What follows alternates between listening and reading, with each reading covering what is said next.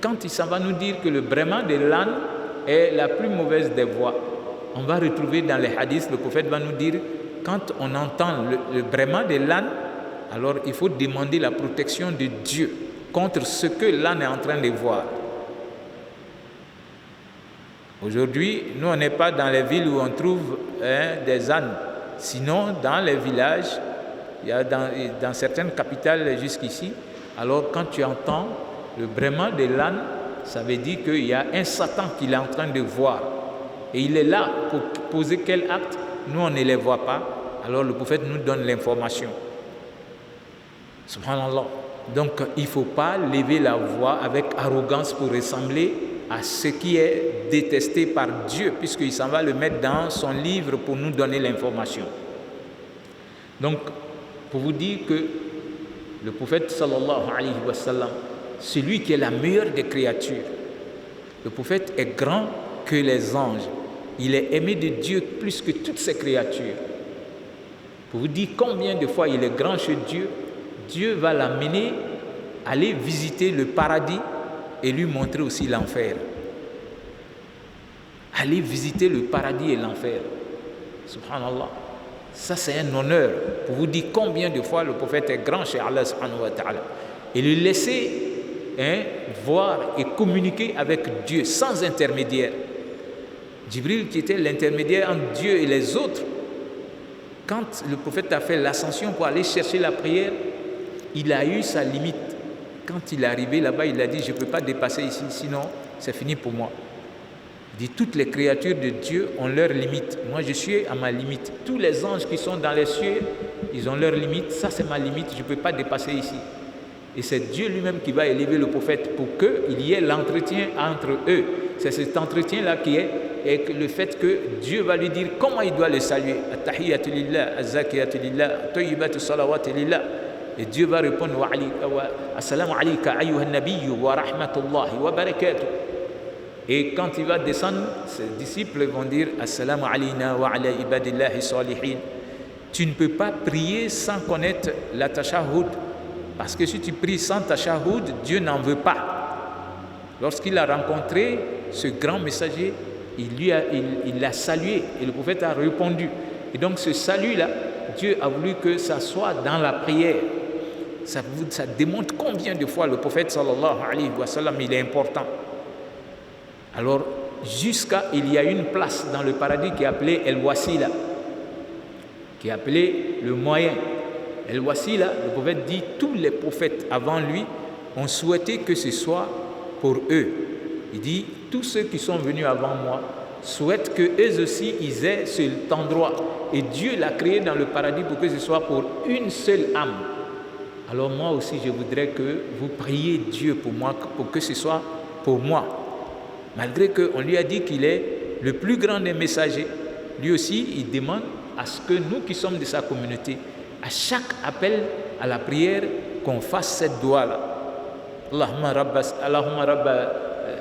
Allahumma rabba hazihi da'wati tamma wa salati al-qa'ima ati Muhammadin al-wasilata. Vous voyez, dans cette doigt, ça est là. Ati Muhammadin al-wasilata wal fadilata wa ba'athuhu maqaman mahmoudan alladhi wa'ata.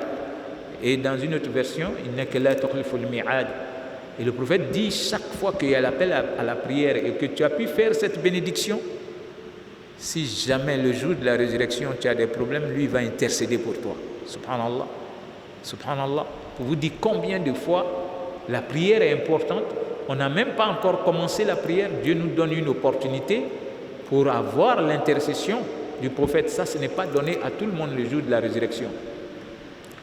Donc, ce grand monsieur, malgré qu'il est la meilleure des créatures de Dieu, il a visité le paradis, l'enfer, il a la place El-Wasila qui l'attend.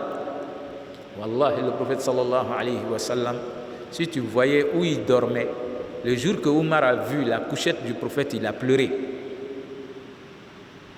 Il a trouvé que la trace de la natte se voyait sur le visage du prophète.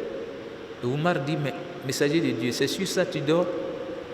Il dit non, je vais aller confectionner une couchette, parce que nous on a les couchettes qui sont vraiment, comme nous on peut dire aujourd'hui, comment on appelle ça, hein, des couchettes, subhanallah. Le prophète dit moi que oui. Il dit non, j'aime ma couchette là comme ça. Parce que sa couchette était une natte qui était très longue.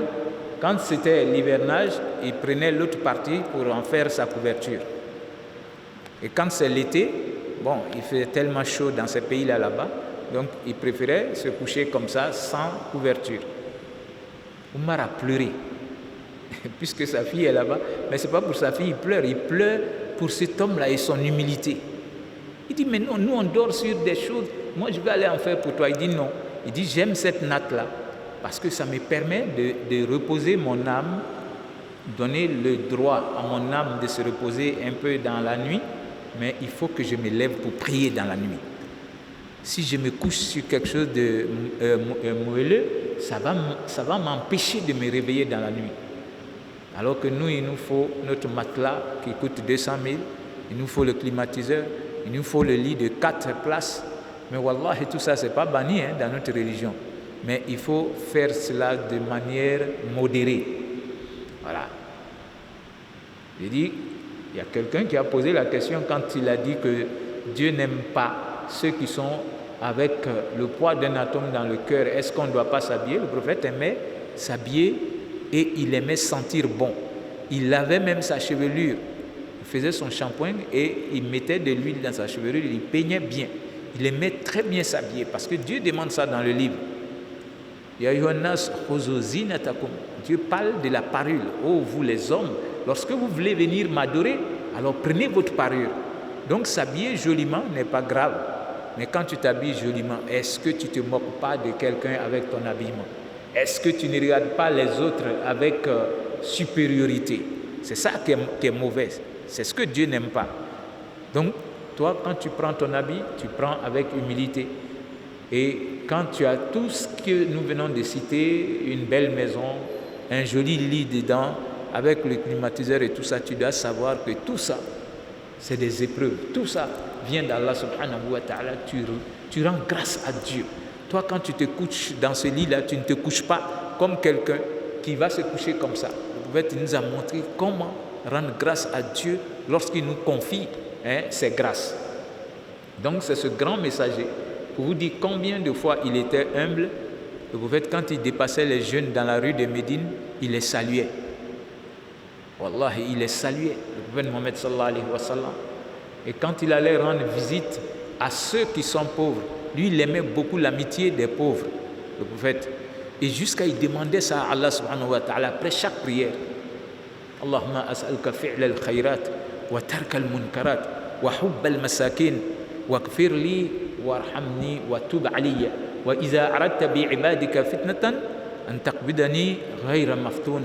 Chaque fois qu'il finissait avec sa prière, il a tellement de doigts, mais cette doigt-là, Dieu lui a dit, après chaque prière, il faut que tu reviennes sur ces mots-là.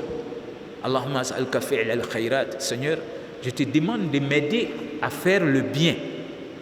C'est-à-dire, œuvrer, faire le bien, wallah, ce n'est pas parce que tu es intelligent, tu es fort ou tu es de telle famille.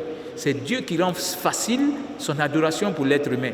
Donc, c'est une manière de dire à Dieu, moi je ne peux pas. Si je peux t'adorer, Seigneur, c'est parce que toi tu l'as rendu facile pour moi. Donc, aide-moi à faire ce qui est le bien. Allahumma as'aluka fi'la al-khayrat wa tarka al-munkarat. Et amène-moi, aide-moi à m'éloigner de tout ce que tu as prohibé. Donc l'être humain doit demander à Dieu aussi de faire que tout ce que Dieu n'aime pas, que ton cœur déteste cela. Le prophète, il a ça dans plusieurs formes de doigts. Donc ça, c'est une forme encore que j'ai dit, c'est-à-dire demander à Dieu que Dieu fasse que tout ce que Dieu lui n'aime pas, que ton cœur ne s'attache pas à ces choses-là.